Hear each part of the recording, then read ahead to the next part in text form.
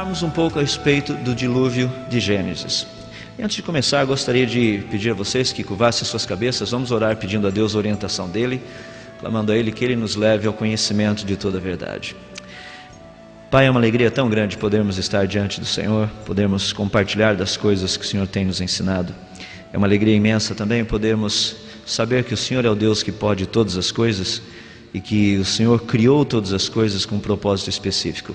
Nenhum de nós nasceu no lar errado, nenhum de nós se encontra no país por questão apenas de coincidência, mas por questão do teu propósito, do teu desígnio. O Senhor sabia onde nós deveríamos nascer, as nossas famílias, os nossos irmãos e irmãs, tudo isso faz parte do teu plano e do teu propósito para a nossa vida. E como nós te bendizemos por isso, queremos pedir a Deus para que possamos fazer o máximo das oportunidades que o Senhor tem nos dado na nossa vida, para que possamos, através delas, produzir honra e glória para o Senhor. Auxilia-nos agora, durante esse tempo de estudo, a entendermos melhor a Tua Palavra, a compreendermos com maior clareza aquilo que o Senhor fez no passado, a repercussão disso no presente e o que isso implica na nossa vida, para que na verdade possamos ter uma vida de vitória. Assim nós oramos pedindo no nome do Senhor Jesus. Amém. O Eros mencionou um pouquinho, eu só trago isso aqui só para o pessoal, fala assim: quem é você? Bom, eu já fiz muita coisa, já estudei em muito lugar. Aqui tem um pouquinho do que eu fiz lá no Max Planck, no Oak Ridge. Mas essa aqui não é a parte mais importante. A parte mais importante é essa, é a minha família. Eu sou casado, minha esposa está aqui, uma das minhas filhas, a Joyce, também está aqui. Eu digo isso porque normalmente as pessoas olham para cientista e acham que cientista é um cara doido. Tem razão, é doido também, mas não é totalmente doido. Ele tem família. E eu tenho minha esposa, minhas 3 filhas. E vou falar uma coisa que minha filha não gosta, mas nós temos um cachorro lá em casa. Na verdade ele é um gato, com tendências caninas. Estou me referindo a um poodle. Quem tem poodle sabe disso. Poodle é um gato que acha que é cachorro, e ele insiste em querer ser cachorro, mas não é. Tudo isso para quê? Para dizer que nós somos uma família bem normal, disfuncional como todas as demais do planeta. Então a gente se sente bem à vontade. Sobre a questão do dilúvio, algo que é muito importante, eu gostaria de tratar um pouquinho, como vocês estão vendo aí, a respeito do que foi a humanidade antes do dilúvio, alguns conceitos, porque nós temos uma ideia muito errada da vida de Noé, dá a impressão que Noé era aquele cara que construiu um barquinho porque armou o maior temporal e ele tinha que dar um jeito na vida, porque senão ele ia se molhar. O dilúvio não foi bem assim. Só para vocês terem uma ideia, abram suas Bíblias no livro de Gênesis, capítulo 6. Gostaria de começar lendo o verso 5, Gênesis capítulo 6, verso 5. Eu vou ler apenas alguns versículos, só para vocês terem uma ideia do contexto.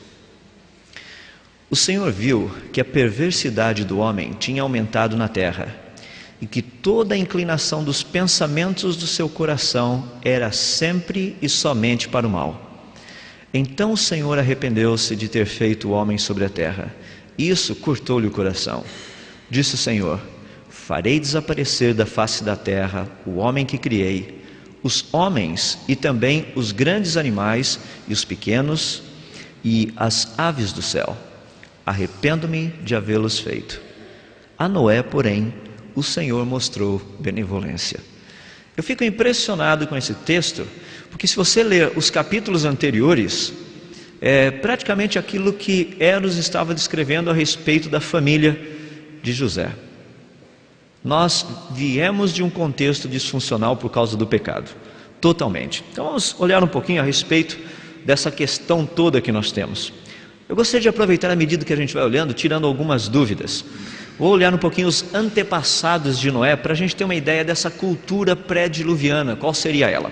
Por exemplo, Adão e Eva, eles foram o primeiro casal criado, o único casal criado. Muitas pessoas falam assim: não, mas com quem se casou Caim então? A pergunta é a mesma com quem casou Sete, porque Sete era irmão de Caim. O que nós vemos, numa forma bem simples, é isso que vocês estão olhando. Primeiro, Adão e Eva possuíam o mesmo material genético. Eva foi o que de Adão? Foi um clone. Primeiro clone feito ainda com grande sucesso. E o que Deus fez? Pegou o material genético de Adão e fez uma mulher. Eu sou tão grato que Deus criou os cromossomos X e Y, porque Ele fez uma pequena troca genética para que a gente tivesse Adão e Eva e não Adão e Estevão, porque já pensou, né? Se Deus não troca cromossomo XY, seriam 2 homens, e Deus fez uma troca bonita ali, só para deixar a coisa mais agradável no planeta Terra. Portanto, Eva e Adão, os dois partilhavam praticamente de um material genético idêntico, perfeito, porque Deus havia acabado de criá-los. Qual seria o problema de Sete ou Caim terem casado com uma irmã? Nenhum. Não haveria doença genética nenhuma, não tinha material genético deteriorado ainda, tudo perfeito. E praticamente foi o que aconteceu, é o que vocês estão vendo ali no contexto. Muitas pessoas chegam e falam, mas Caim, a Bíblia diz que Caim saiu dali e foi habitar na terra de Nod. É verdade. Só que lembrem-se que no capítulo 2 de Gênesis, a Bíblia nos diz o seguinte, que havia um rio que cortava o jardim, e esse rio se dividia em 4 braços. E ele dá o nome de 2, do Tigre e do Eufrates. E ele faz uma referência dizendo que este rio é aquele que banha a Síria. Ué, então no jardim do Éden os assírios já estavam por lá? Você fala, claro que não. O que o escritor do livro de Gênesis, no caso Moisés, está falando, ele está dando um referencial de posicionamento, usando a geografia da época dele. Ele diz o seguinte, olha, Caim, quando Caim matou Abel, ele saiu dali, e a região para onde ele foi, hoje é a que nós conhecemos como a terra de Nod. Não que tinha uma outra população ali na época, não tinha ninguém ainda, só tinha Caim. O que aconteceu? Caim provavelmente se casou com uma das suas irmãs ou sobrinhas. Uma das coisas que é muito interessante quando nós olhamos a respeito disso, o contexto da Bíblia, dos gigantes na Bíblia, que nos fala ali em Gênesis capítulo 6, olha que interessante, você tem Adão e tem Eva. Caim foi um dos filhos. Abel morreu porque Caim o matou. O outro filho foi Sete. A Bíblia nos diz que Adão e Eva tiveram filhos e filhas, Gênesis capítulo 5, verso 3. A questão toda é que desses filhos e filhas, provavelmente Caim se casou com uma das suas irmãs, ou uma das suas sobrinhas, mais provavelmente uma das suas irmãs. A mesma coisa aconteceu com Sete. Uma das grandes possibilidades da questão dos filhos de Deus e dos filhos dos homens seria simplesmente a junção dessas 2 árvores genealógicas produzindo os chamados gigantes. É o que a gente está habituado a ver quando existem 2 grupos genealógicos distintos, que têm um antepassado comum, e lá na frente existe um casamento entre eles. Nasce gente pequena e gente grande, é o que a gente conhece por gigantismo e nanismo. Geralmente, você já viu, gigante é conhecido, anão, não conheço muitos anões famosos por aí não, a maior parte deles o pessoal nem sabe que existe, mas gigante todo mundo conhece. Uma pequena palavrinha, vocês já viram isso na internet, não tem nada a ver, isso daí foi um concurso do Photoshop, que é um programa para trabalhar com imagens. O cara ganhou isso daqui, quer dizer, não pegou nem o primeiro lugar, e em 2003 saiu um pequeno artigo num jornaleco da Malásia, tá, que é um tabloide, falando que tinham encontrado esse negócio. Alguns se referem ao Irã, outros ao Iraque, outros na Arábia Saudita. Então a confusão é generalizada, é globalizada, deixa eu me colocar da seguinte forma.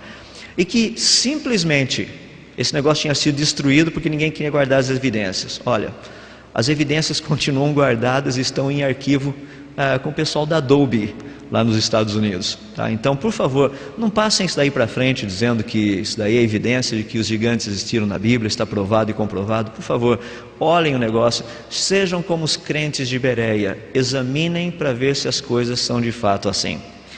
Só um exemplo, existem gigantes, tem alguns por aí. Um deles foi o Marble, que morreu em 1940. O cara tinha 2,75 metros de altura. Dá para ter uma ideia, né? Não teria problema em trocar lâmpadas em casa. Imagina ele jogando para os Globetrotters, por exemplo. Deu uma enterrada, com o pé ainda, não foi nem com a mão, não precisaria nem pular. Com a altura do rapaz, é incrível.